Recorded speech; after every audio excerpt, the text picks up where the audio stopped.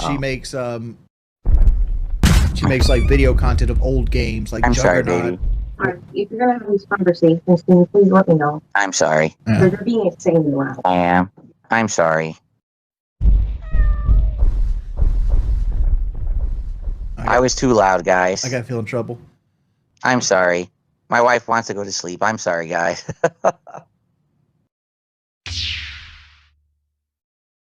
Well, I did Chick-fil-A last week, and I did their brand new jalapeno bacon ranch club plus more, like their nuggets and stuff like that.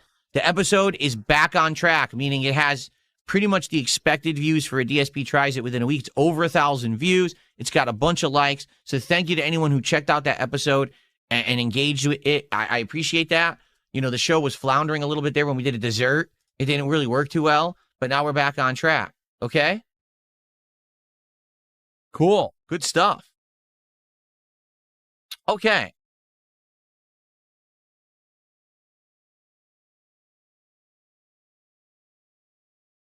All right, someone just tipped $2 and said the following. Listen to this. Attention and time investment is an economy. That's something I think can be your biggest strength at times, and it's why you've had such staying power. The worst outcome is irrelevancy and blending in to the content sphere. You know, I don't know how, but somehow I stay relevant. It seems like tons of people just like talking about me, whether it's positive, negative, mostly negative, but sometimes positive. It's weird because I'm just some dude who likes video games, who wants to sit here, hang out, play them with you, and just chill all day. That's it. That's all I aspire to do. I don't want to blow up and be a giant creator. I don't want to be filthy rich. I don't want to have millions of views and subs. All I want to do is just have a chill time and have a happy life doing it, and it's working. So I'm happy for that. Yet, there is an entire sphere of people who are obsessed with me, who talk about me constantly, who clip farm me, who put shit about me all over the internet.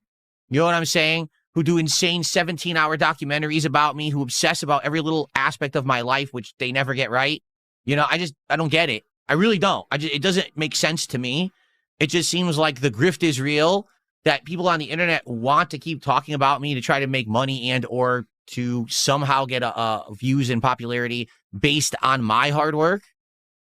It is what it is. Hey, I'm still here. I'm still happy. So as long as that continues, I really don't give two shits what everyone says and does. Just being honest. Okay? Cool. Thank you to Loyalty Matters for a $10 super chat. Good to see you doing well. I was watching you when I was 12. Now I'm going to be 24, and I hope everything's well with you. Well, thank you. Everything is going great. Like I've said, things right now are probably the best they've been in years and are getting better. Okay? First off, my health. I'm healthier than I've been in a very long time.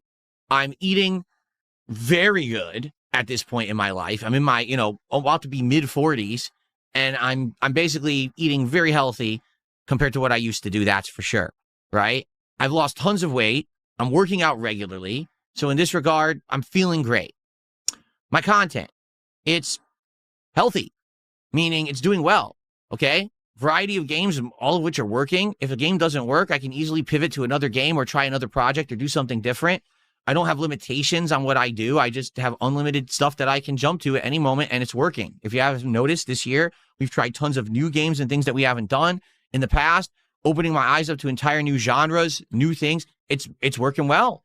I mean, right now, just look at my lineup, okay? Traditional turn-based RPG, old school sim game with a huge rabid cult-like fan base, Pokemon, which is a cultural phenomenon, right? Indie sim game of a video store from the 90s, modern take on an open world RPG, and a competitive fighting game. 6 completely different things. Like, they're not even similar, but they're all doing well. They're all working, and people are enjoying the content. That's awesome. And the thing is, I have flexibility to do whatever I want, whenever I want. If I want to play a new game, I want to try a new peripheral, I want to do this project, I could pivot. I have the technology, I have the means to do it. It's amazing. It's like polar opposite of who I used to be and what I used to do, and I love it. It makes me happy to know that so many have stuck with me and supported me and love the content I put out for so long. that now I've gotten to the point where I am successful and can do whatever I want to do. Hands down, I'm having a blast. Best time I've had. Seriously. Best time that I have had in a million years, every single day here on stream. I'm just doing great. So thank you so much for the support and the kind words. I'm glad to hear that you have enjoyed for so long. And thanks for stopping by to support today.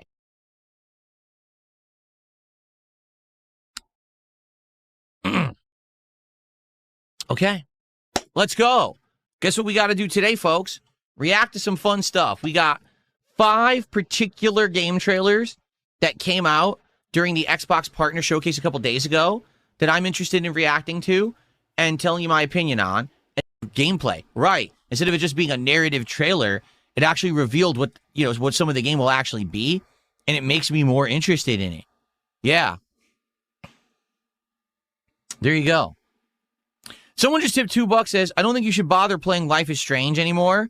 I don't think it's going to do well. Your audience seems to dislike anything labeled as woke, even if it's good.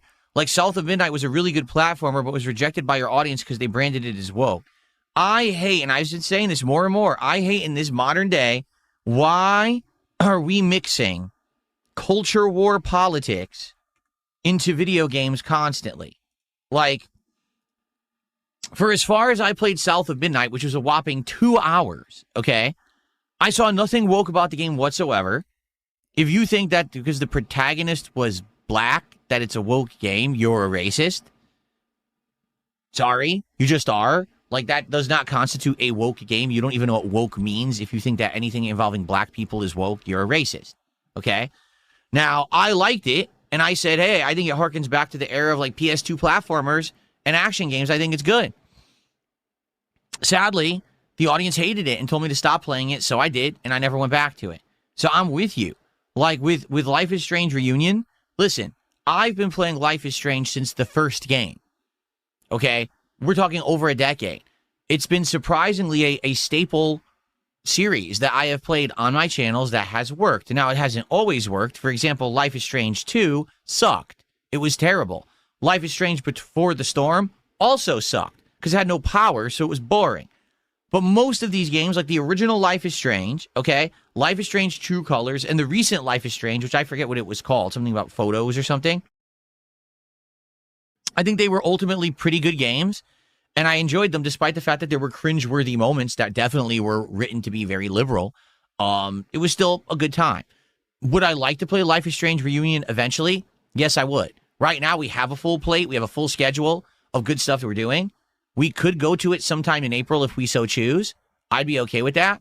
But I would need to know that I have an audience that's along for the ride, rather than an audience that's going to complain every moment that it's woke. So I guess we'll have to see what happens with that. Okay? All right.